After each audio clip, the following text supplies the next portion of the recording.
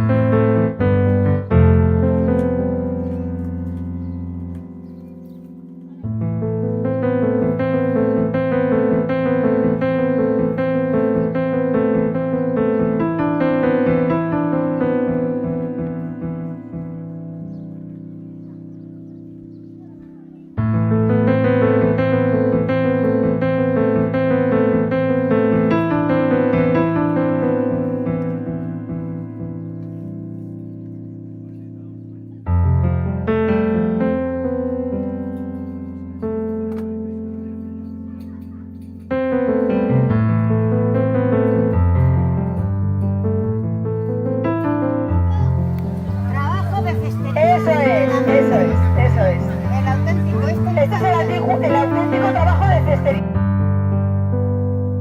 Sí, exactamente.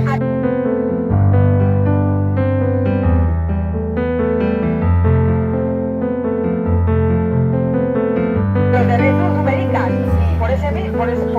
por la mimbre, ¿no? Porque aquí se producía la sumérica, que es esa planta que está allí, que luego lo vamos a ver ya en el trayecto.